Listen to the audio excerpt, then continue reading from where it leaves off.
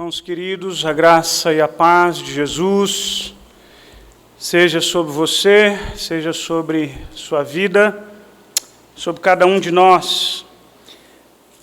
Irmãos, nós estamos aí expondo o livro de Daniel, chegando ao final de Daniel. Domingo passado, o pastor Márcio teve um enorme desafio de pegar a parte mais difícil do texto por providência divina. Agora a gente vai para o capítulo 10 e eu quero convidar você a abrir a sua Bíblia no capítulo 10 para nós entendermos, nós compreendermos algumas verdades que a palavra do Senhor nos ensina. Irmãos, são 21 versículos e eu realmente gostaria de lê-los, e para isso eu preciso que você esteja bastante atento. A nossa inclinação é desviar a nossa atenção, mas fique atento àquilo que diz a palavra do Senhor em Daniel capítulo 10. No terceiro ano de Ciro, da Pérsia, foi revelada uma palavra a Daniel, cujo nome é Beltesazar. A palavra era verdadeira e envolvia grande conflito. Ele entendeu a palavra e teve inteligência da visão. Naqueles dias, eu, Daniel, pranteei durante 3 semanas. Manjar desejável não comi, nem carne, nem vinho entraram na minha boca, nem me ungi com óleo algum, até que passaram as 3 semanas inteiras. No dia 24 do primeiro mês, estando eu à borda do grande rio Tigre, levantei os olhos e olhei, e eis um homem vestido de linho, cujos ombros estavam cingidos de ouro puro de Ufaz. O seu corpo era como o berilo, e o seu rosto como um relâmpago, e os seus olhos como tochas de fogo, os seus braços e os seus pés brilhavam como um bronze polido, e a voz das suas palavras era como o estrondo de muita gente. Só eu, Daniel, tive aquela visão. Os homens que estavam comigo nada viram. Não obstante, caiu sobre eles grande temor, e fugiram e se esconderam. Fiquei, pois, eu só e contemplei essa grande visão, e não restou força alguma em mim. O meu rosto mudou de cor e se desfigurou, e não retive força alguma. Contudo, ouvi a voz das suas palavras, e ouvindo-a, caí sem sentidos, rosto em terra. Eis que certa mão me tocou e sacudiu-me e me pôs sobre os meus joelhos e as palmas das minhas mãos. E ele me disse: Daniel, homem muito amado, está atento às palavras que eu vou te dizer. Levanta-te sobre os teus pés, porque eis que te sou enviado.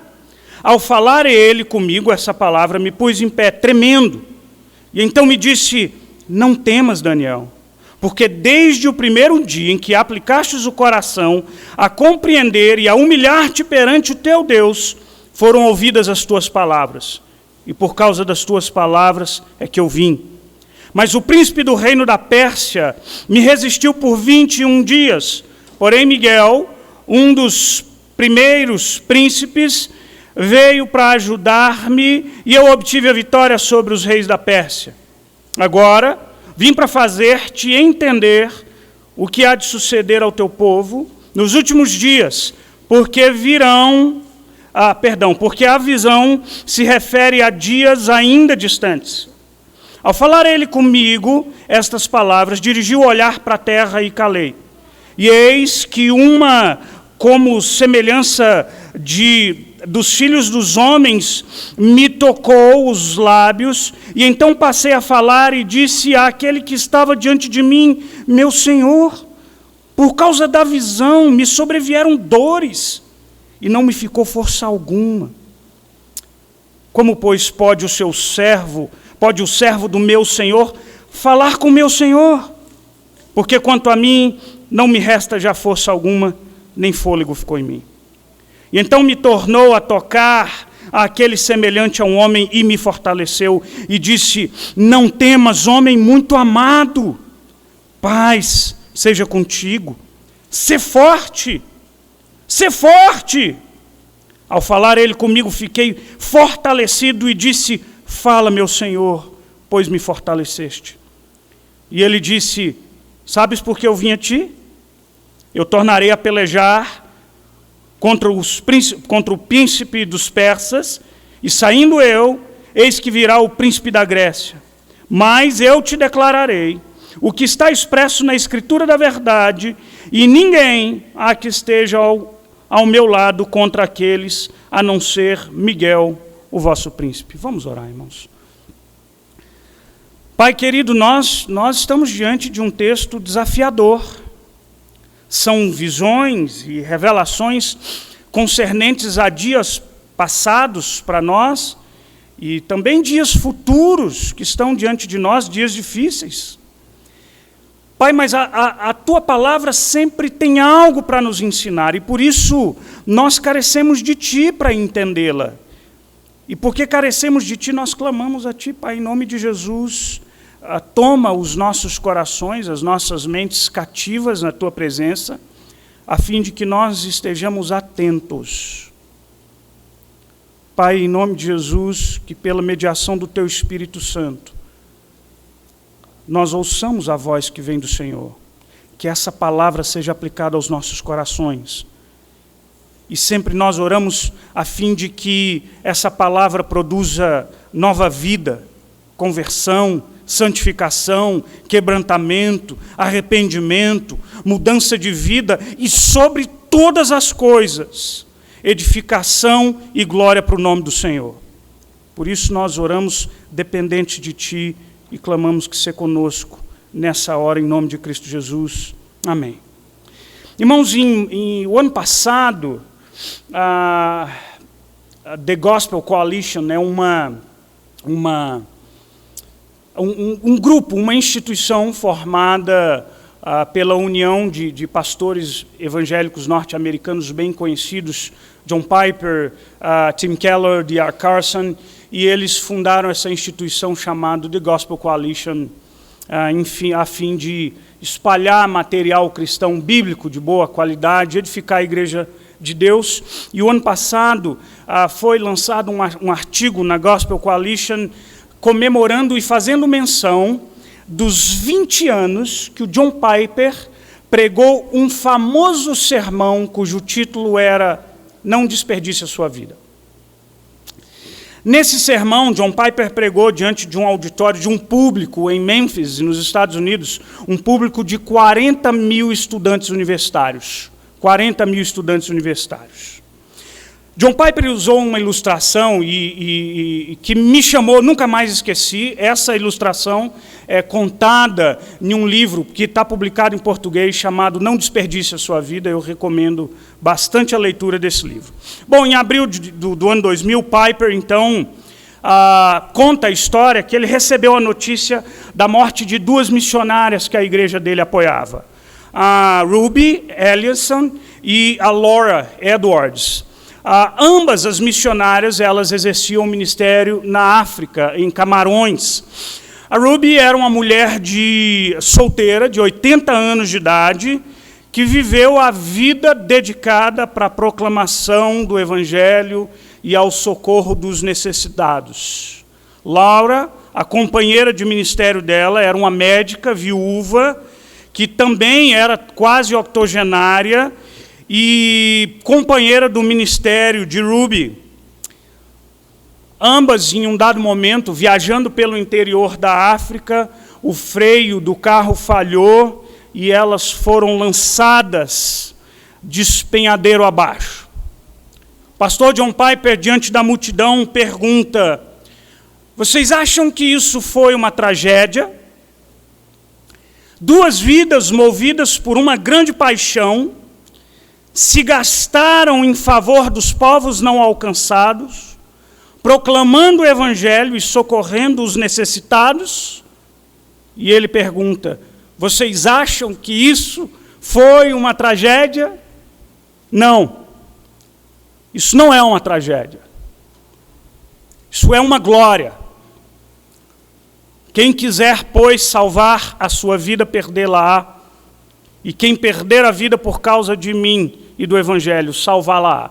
John Piper continua e diz o seguinte: sabe o que é uma tragédia? E ele cita, então, um artigo que foi publicado em fevereiro de 98.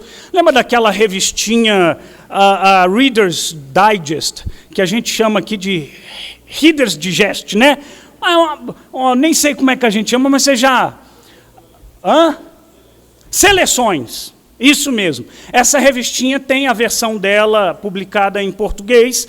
E em fevereiro de 98 foi publicada a história de um casal norte-americano que alcançou o sonho norte-americano da aposentadoria.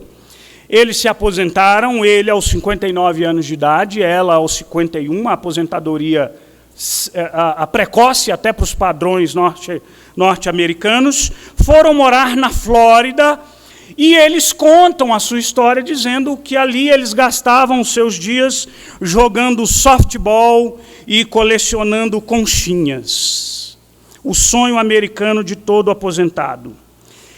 E aí Piper emenda dizendo: chegar ao fim da vida, o único e precioso dom da vida, e ter como a última e grande tarefa da vida, e mais importante tarefa da vida, jogar softball e colecionar conchinhas. Então John Piper, diante da multidão, diz: imagine naquele dia, naquele grande dia do juízo final, aquele casal diante do Senhor, de mãos estendidas, dizendo: olha aqui, Senhor, as nossas conchinhas. E o John Piper então diz: isso é uma tragédia. Irmãos, entenda o meu ponto e aquilo que John Piper queria dizer. É natural que você, ao aposentar, queira uma vida mais confortável. Mas é trágico você fazer com que o fim principal da sua vida, o desejo máximo e a razão e o objetivo do seu viver, se resuma a gastar o seu tempo catando conchinhas na praia. Essa ilustração, para mim, é uma excelente alusão da perspectiva do que é a vida cristã. Porque o chamado para o nosso viver cristão nem de perto se assemelha aos dias à beira-mar tranquilos. A vida cristã, irmãos, é desafiadora. A vida cristã não é um parque de diversão. A vida cristã não é um resort all inclusive. A vida cristã não é uma vida gasta em uma ilha paradisíaca. A vida cristã, conforme a sua descrição bíblica, se assemelha muito mais a uma grande guerra. A vida cristã é um chamado para a cruz, uma convocação à abnegação, à entrega. A vida cristã, ou melhor, na vida cristã, é preciso morrer para nascer, é preciso perder para ganhar, é preciso entregar para receber. É preciso servir antes de ser servido. O caminho da exaltação passa pelo caminho da humilhação. Essa é a vida cristã. O capítulo 10 de Daniel é a última visão do profeta Daniel, e ela precisa ser lida como um único bloco, capítulo 10, 11 e 12. Mas por questões didáticas aqui, a gente vai pregar cada domingo em cada um desses capítulos. O capítulo 10 não traz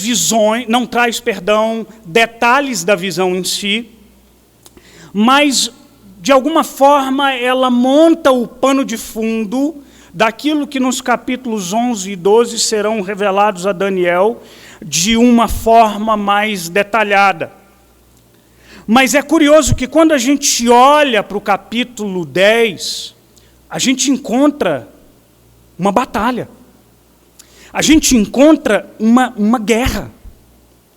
E é sobre isso que eu queria falar um pouco hoje à noite. Eu queria que a gente falasse sobre a nossa batalha cristã.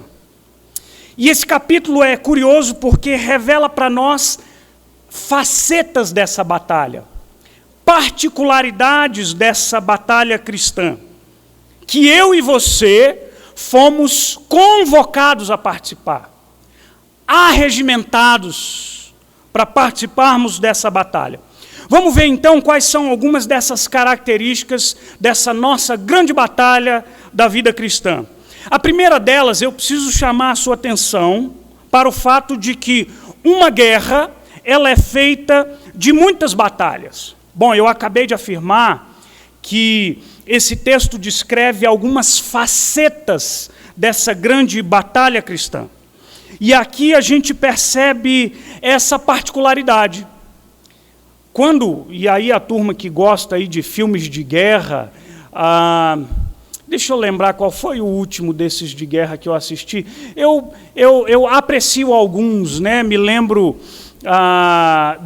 Até o Último Homem, conta a história de um soldado pacifista, né? Mas é muito curioso, porque há muitos filmes que retratam, por exemplo, a Segunda Guerra Mundial, e uma das características é que nessa Segunda Grande Guerra Mundial, muitos filmes retratam apenas uma batalha, o dia D, ou ali, no caso desse filme do Último Homem, onde eles vão eu acho que é uma área japonesa, que eles têm que ganhar um território ali. Percebe que a particularidade de uma guerra é que ela é feita de muitas batalhas. Você já parou para pensar que a vida cristã é assim? Essa era bem a realidade de Daniel. E aqui eu quero... Para a gente entender esse texto, a gente precisa entender o contexto de Daniel. Dá uma olhada de novo lá no versículo 1. No versículo 1 diz que essa visão se dá no 3º ano do rei Ciro, tá bom? Nós precisamos lembrar que lá no capítulo 9 foi o 1º ano do rei Ciro. Lá é citado Dario. Nesse 3º ano, e a gente precisa se lembrar que lá no 1º ano, o rei Ciro foi aquele que mandou escrever um edito, decretou a possibilidade dos cativos ali naquela região da Babilônia voltarem para a terra prometida.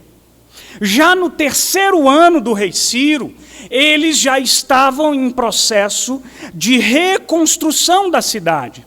O texto no versículo 1 diz que nesse 3º ano do rei Ciro, essa palavra que fora revelada a Daniel trouxe a ele grande conflito.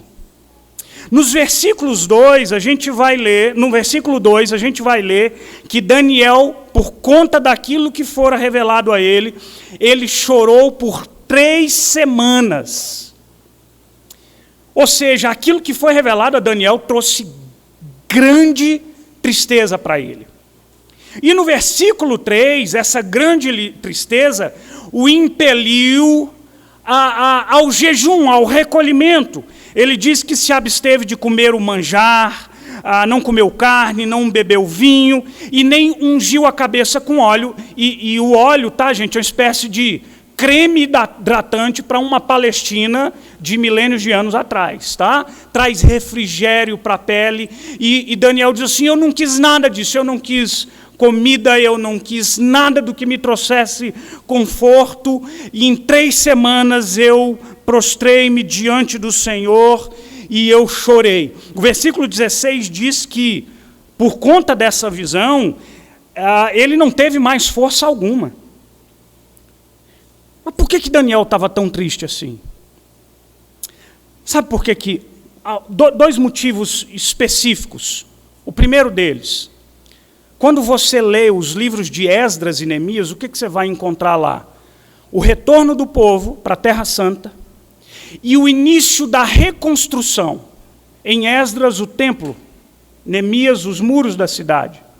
E a gente vai perceber que eles voltam, e isso foi uma grande bênção. Preste atenção. Havia muita expectativa do retorno. Eles esperaram por 70 anos.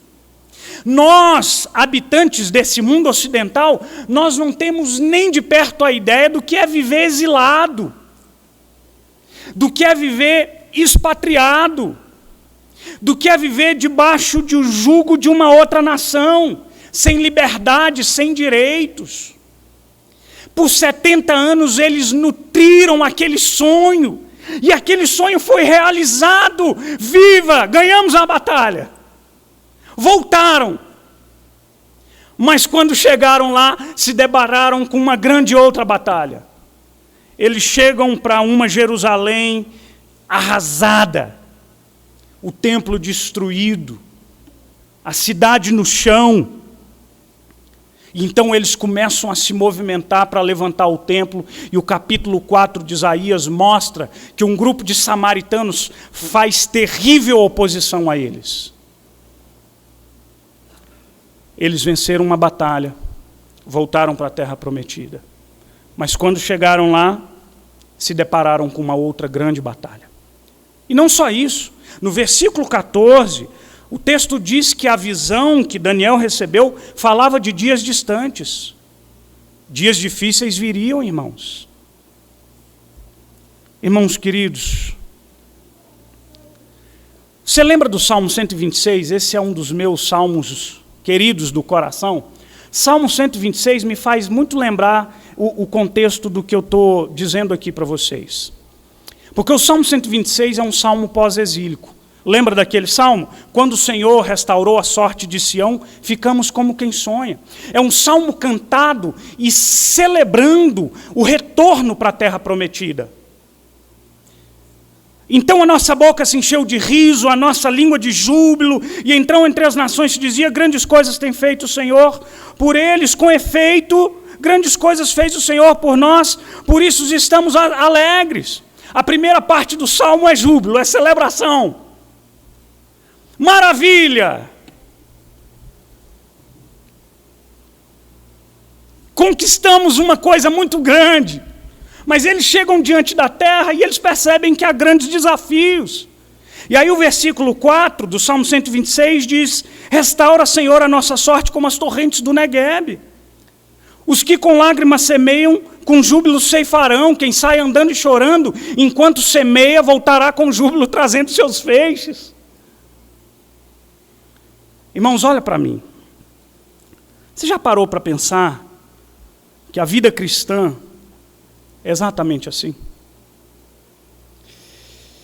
A gente vence uma batalha e tem muitas outras diante da gente. Quando eu olho para a minha vida e percebo que em momentos diversos a gente teve lutas particulares de cada momento. E a gente vai de batalha em batalha. A gente vai de tempo em tempo. E cada momento carrega o seu desafio. A gente vence uma e depois vem outra. E a gente vence a outra e depois vem uma outra. A gente tropeça em algumas e até perde algumas. E outras virão. A batalha de hoje não será a mesma batalha de amanhã. E a vitória de hoje não nos eximirá de lutarmos as batalhas do amanhã. Todo dia a gente vai ter uma luta diferente. Sempre haverá uma nova batalha. Porque a guerra é longa, é grande, desafiadora. Essa é a primeira particularidade das batalhas da fé cristã. A segunda delas é que a nossa batalha, ela é uma batalha espiritual. Essa é uma outra faceta. E aqui, irmãos, eu preciso fazer um alerta, porque eu não estou defendendo aqui uma visão cristã desconectada da realidade, tá? Alienada. Eu sei que as nossas lutas se dão no campo do concreto, do real, da conta para pagar, do ente querido que se foi, do casamento que se desfez, da decepção que assolou o coração, do desafio da educação do filho, do desafio da luta contra a enfermidade. São lutas reais, concretas. Mas em todas essas lutas, há um aspecto espiritual, porque a nossa vida é vivida corandel, na face de Deus. E se eu e você fomos chamados com um propósito maior de glorificar a Deus e de nos alegrarmos e gozarmos a Deus sempre, não tenha dúvida, de tudo que você vive, de tudo que você enfrenta nessa vida, há consequências espirituais para esse nosso viver. E a Bíblia já nos alertou que nessa longa jornada cristã, nós seremos a cada dia tentados a nos desviar do caminho. O apóstolo Paulo, quando escreve à igreja de Éfeso, é categórico. Quando o apóstolo Paulo descreve aqueles que não são regenerados, ele diz que quando ele nos deu vida, nós estávamos mortos nos nossos delitos e pecados, nos quais nós andamos outrora, segundo o curso deste mundo, segundo o príncipe da potestade do ar, o espírito que agora atua nos filhos da desobediência.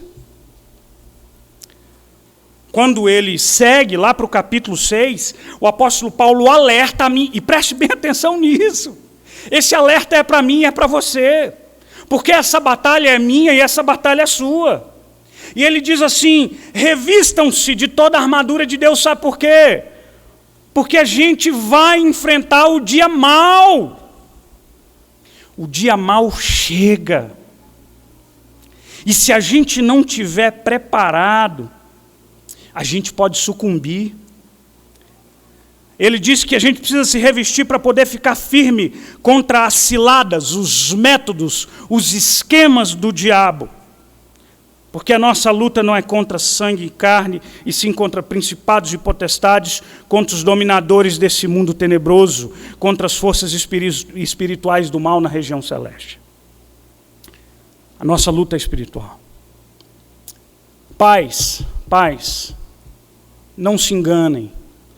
Há uma batalha ferrenha, ardorosa, para arrancar os seus filhos dos caminhos do Senhor. Crianças, a gente tem crianças aqui.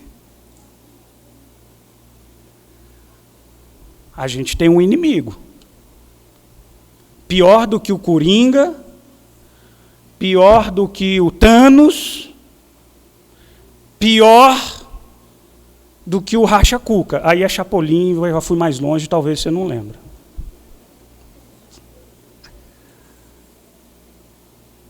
Muito pior. Esse inimigo nos espreita. E a gente precisa estar atento para ele. Sabe por quê? Porque a Bíblia diz que enquanto Jesus veio para dar vida e vida em abundância, o diabo vem para roubar, matar e destruir. Presta atenção. Ele veio para roubar, para matar e para destruir.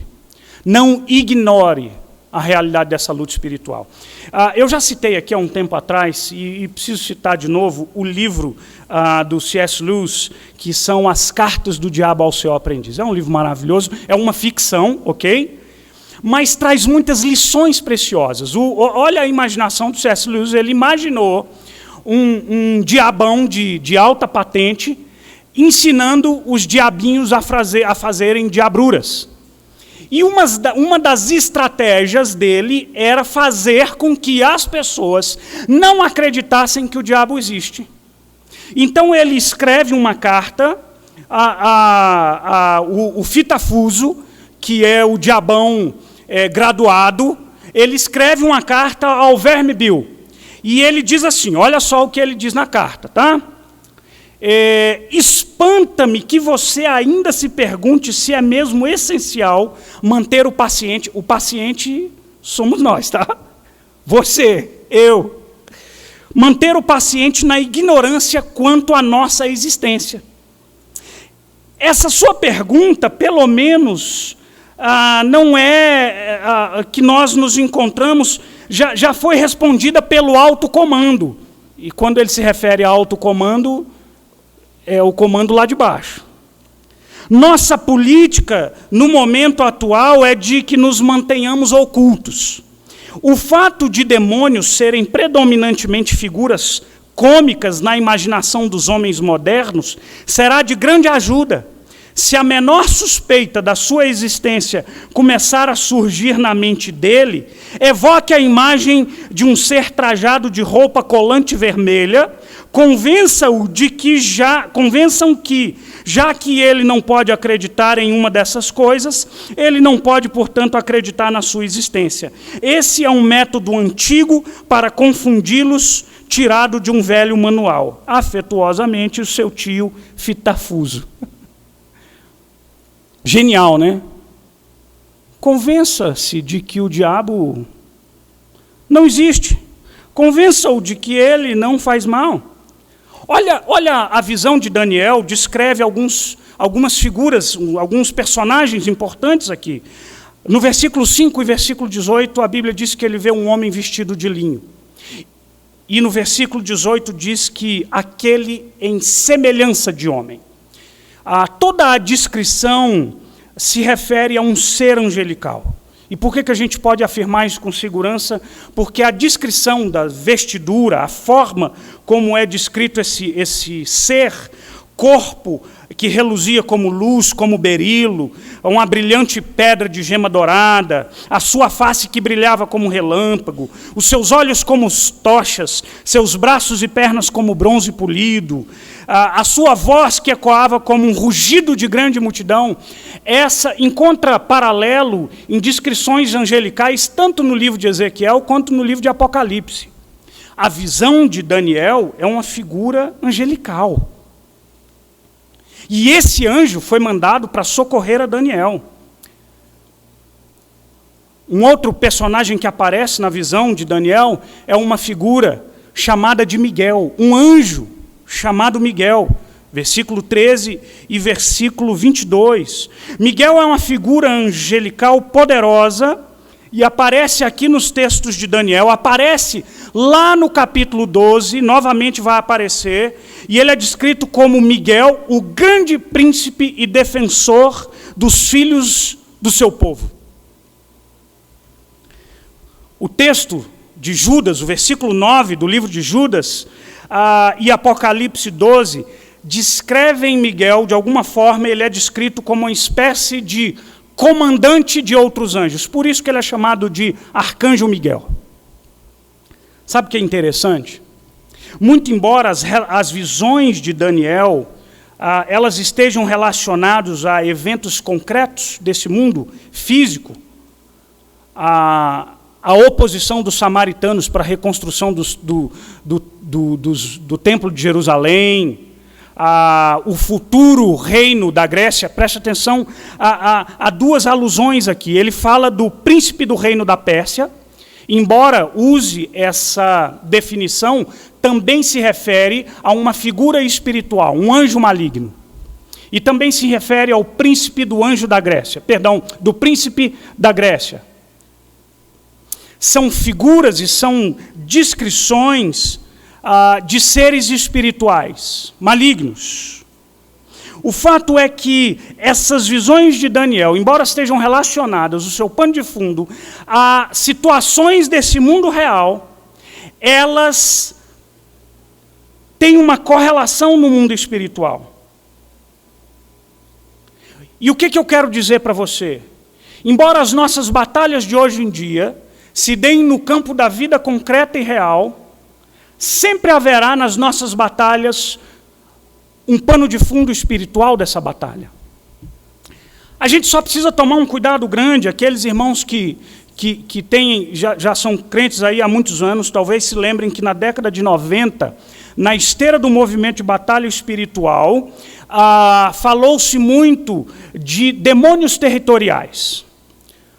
O que eram os demônios territoriais? Partia-se do pressuposto que algumas regiões e lugares por serem mais difíceis de serem evangelizadas e das igrejas terem mais dificuldades de florescê-la,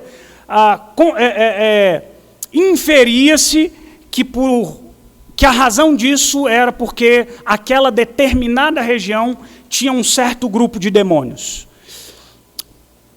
E esse pressuposto tinha como base esse texto do capítulo 10 de Daniel. Não há sustentação bíblica para isso, tá, irmãos? Para a gente afirmar a territorialidade de demônios específicos habitando especificamente determinados lugares. Mas agora o que o texto deixa muito claro é que, por trás de todas essas batalhas da nossa vida, há batalhas espirituais. Isso é ponto. O diabo, que é o inimigo das nossas almas, sempre lutará para nos tirar do caminho da verdade. Preste atenção, sempre houve e sempre haverá oposição aos filhos de Deus. Sempre. Eu tenho repetidamente falado aqui que nós vivemos em um dia que, embora, paradoxalmente, se por um lado a gente tenha a liberdade de culto e de expressão religiosa, por outro, o evangelho que a gente professa, a nossa fé cristã, ela é cada dia mais ofensiva ao mundo que não comunga com a nossa fé. E é um desafio muito grande, a gente não pode se iludir que por trás disso há uma grande luta espiritual. Eu deixei meu celular ali, tinha aberto ali para ver o nome, mas eu acho que esqueci o nome do pastor, um pastor inglês, em uma cidadezinha da Inglaterra, há coisa de um mês, esse pastor, a gente não vê muito mais hoje, mas você lembra daquela turma que pregava em praça pública? O cara ia lá para a praça, pegava aquela caixinha de som, subia numa cadeirinha e pá! Mandava ali do evangelho, e ele, um senhor distinto, bem vestido, bem trajado, começa a pregar e cita textos que condenam a homossexualidade. Sabe o que aconteceu? Isso é recente, coisa de um mês atrás. A polícia veio, as pessoas ficaram incomodadas e acusaram aquele homem de discurso de ódio. Ele saiu dali algemado. Esse é o mundo que a gente vive. Esse é o mundo que a gente vive. Esse é o mundo onde a gente tem que professar a nossa fé. A nossa luta não é contra sangue nem carne. Há uma terceira faceta da nossa luta, e que eu preciso chamar a atenção agora para ela, e essa faceta é mais consoladora, é que nós não estamos sozinhos na nossa batalha, irmãos. E isso é alentador para o meu coração. O capítulo 10 mostra o cuidado de Deus com Daniel. O versículo 11 diz que o anjo foi enviado, alguém mandou. Foi aquele que manda em todas as coisas. E mandou porque ouviu as orações de Daniel, segundo o versículo 12. Deixa eu te dizer uma coisa. Você já parou para pensar? Eu tremo diante do fato de que eu, brasileiro, casado, chamado Adriano Duarte Caires, filho de Sóstenes Silva Caires e Esther Rodrigues Duarte Caires, pastor, natural de Brasília, DF, nascido no Santa Lúcia, um lindo bebê, isso é por minha conta. Eu, pecador, entre alguns bilhões de habitantes do planeta Terra, quando me ajoelho diante do meu quarto, o Criador dos céus e da terra, aquele que fez céus, as estrelas, o universo, Ele ouve as minhas orações. Ele ouve as suas orações. Ele ouve as suas preces. Sabe por quê? porque eu e você não estamos sozinhos. O mesmo Cristo que afirmou que neste mundo nós passaríamos por aflição, João 16:33, também disse que estaria conosco até os confins da terra. Cristo nunca prometeu para mim e para você uma vida sem batalhas. Mas Ele prometeu que Ele seria o meu comandante em todas elas. Sabe quem é o meu comandante? É aquele que a Bíblia diz que recebeu o nome que está acima de todo nome, e diante do nome de Jesus se dobrará todo joelho no céu, na terra e debaixo da terra, e um dia povos, lideranças, governos perversos ou bondosos, seja quem for, seja Hitler, seja Mao Tse Tung, seja quem for, sejam hostes malignas, sejam principados e potestades, naquele glorioso dia, todos nós, todos eles se dobrarão diante do Senhor Jesus e declararão que Ele é o Senhor. E Ele está comigo e com você. Ai, que consolo, ai, que bom. Sabe o que Hebreus 1:14 diz sobre os anjos? Não são todos eles espíritos ministradores enviados para o serviço a favor dos que hão de herdar a salvação? Que coisa maravilhosa. Acho que um dia eu vou chegar na glória e eu vou dizer assim: Senhor, fala para mim, se o Senhor puder, qual foi o anjo que me guardou lá naquele dia lá? Qual foi aquele que não deixou eu pegar Covid? Qual foi aquele que me acompanhou nas nossas viagens? Qual foi aquele que acalentou a gente quando a gente morou lá no Canadá e pegamos menos 45 graus? Esse devia ser um anjo de muita pena, né? Assim, bem plumado. Eu não sei. Mas a gente tem sido cuidado por Deus e eu tenho certeza que você também. Irmão, você perdoa a heresia que eu disse aqui, tá? Eu não sei como é que é esse anjo, não. Me chama a atenção o cuidado de Deus para com Daniel. A Bíblia diz que Deus ouviu as orações de Daniel, enviou os seus anjos, e se você olhar no versículo 11 e 18, por 3 vezes, Daniel foi chamado de homem muito amado. Homem muito amado.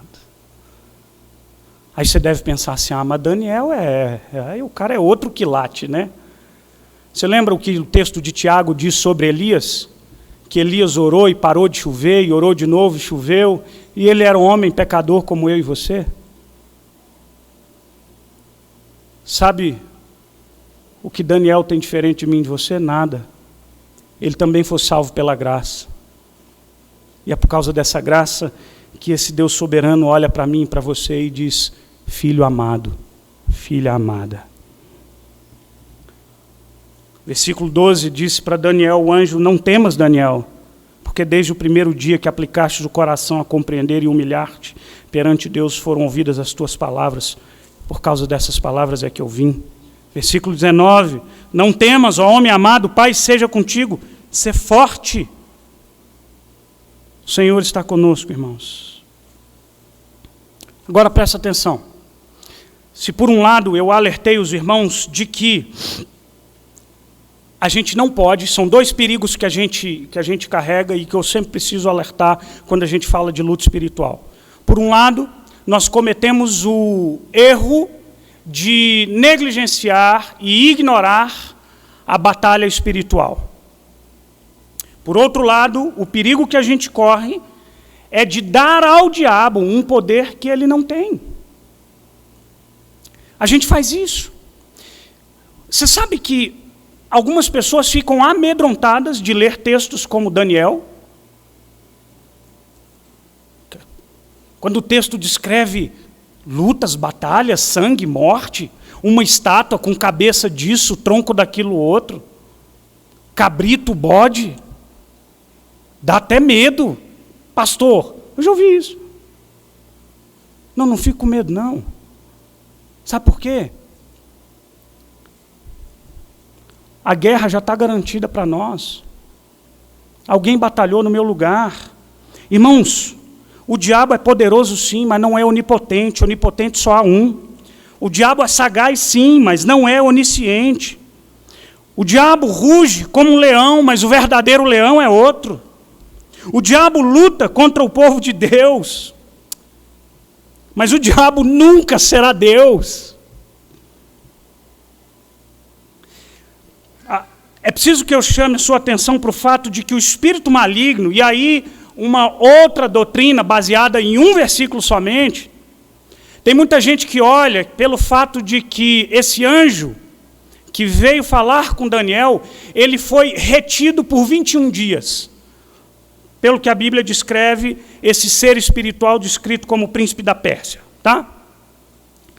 Daniel orou, Deus enviou o anjo, esse ente maligno vem e retém esse anjo por 21 dias, até que Miguel vem e o socorre, e então a resposta chega a Daniel. Preste bem atenção, a gente precisa tomar um cuidado muito grande. Por causa disso, a gente tende a achar e olhar para a nossa guerra espiritual como uma guerra dualista. O que isso quer dizer? Forças opostas de igual poder batalhando entre si. Não, a nossa guerra espiritual não é assim. Não são forças de igual poder, são opostas sim. Deus é soberano sobre todas as coisas. E o diabo está sujeito a Deus. Porque o diabo só vai até onde Deus permite. E é isso que a gente precisa entender. Porque, de alguma forma, nesse mistério divino, trava-se sim uma batalha espiritual, mas o fato é que o diabo só vai até onde Deus deixa. Ou você se esqueceu de que de que o diabo, quando desejoso de tocar na vida de Jó, foi pedir permissão a Deus. E só pôde ir até onde Deus permitiu. É por isso que, para mim, o melhor versículo, que para mim é o melhor manual e instrução de batalha espiritual, é um pequenino versículo de Tiago 4:7. E vai aqui a melhor dica de batalha espiritual. Sujeitai-vos, portanto, a Deus, mas resisti ao diabo, que ele vai fazer o quê? Ele vai fugir de você. Você quer ficar livre do diabo? Fica perto de Deus. Anda do lado do leão de verdade. Ninguém vai te tocar. 1 João 4,4, porque maior é o que está em nós do que o que está no mundo. 1 João 5,18, sabemos que todo aquele que nascido de Deus não vive em pecado, aquele que nasceu de Deus, Deus o guarda e o maligno não o toca. Você entende isso? Quem são todas as hostes infernais diante do poder daquele a quem foi dada a primazia sobre todas as coisas? O que é o poder maligno diante daquele que recebeu de Deus toda a autoridade no céu e na terra? Quem é? Quem são todos esses poderes diante do Senhor Jesus de Nazaré, a estrela da manhã, o sol da justiça, aquele que é vida e que é verdade, aquele que tem o poder de ressuscitar dentre os mortos? Quem é? É Ele que está conosco, e eu e você não estamos sós nessa longa batalha. Eu diria longa guerra. Aqui eu quero concluir dizendo para você que sim, as nossas batalhas são e serão muitas. E como soldados em uma guerra, em muitas batalhas, a gente sai ferido, machucado, em algumas a gente até tomba. Essa semana eu fui em mais um velório. Eu tenho dito isso aqui quase semanalmente. o irmão da Késia, cunhado do nosso presbítero Itamar, o Márcio, um homem, jovem homem com síndrome de Down, aos 40 anos de idade, faleceu. O seu atestado de óbito foi assinado há exatos 1 mês da morte da sua mãe. 1 mês. Uau, que batalha. E é comum a gente olhar para o Márcio e talvez ouvir a seguinte descrição: perdeu a batalha para a Covid. E eu posso dizer, talvez isso seja uma verdade, mas ele venceu a batalha contra a morte. É por isso que no velório daquele rapaz, temente ao Senhor, tinha tristeza. Foi uma perda. Mas tinha o consolo do Espírito Santo sobre a vida de quem tem a certeza de uma vitória maior.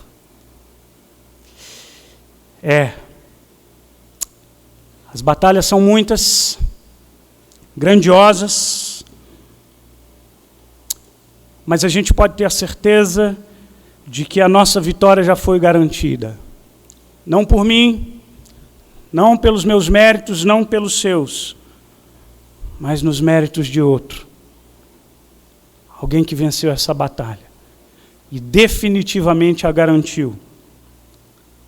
Alguém que a Bíblia diz que cancelou o escrito de dívida que era contra nós e que constava de ordenanças, o qual nos era prejudicial, e removeu-os inteiramente, encravando-os na cruz do Calvário e despojando-os os principados e potestades, publicamente os expôs ao desprezo, triunfando neles na cruz. Sabe o que quer dizer essa imagem quando o apóstolo Paulo cita?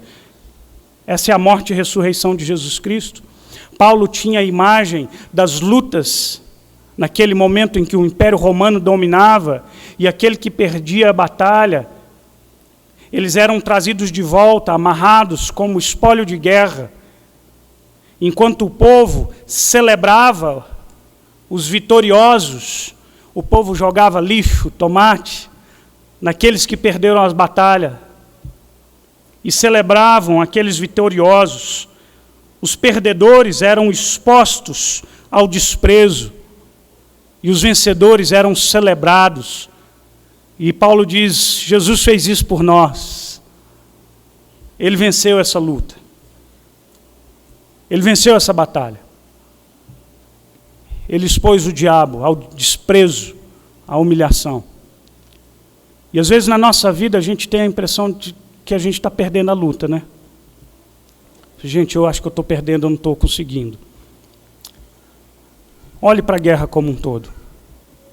Você vai ter uma outra perspectiva.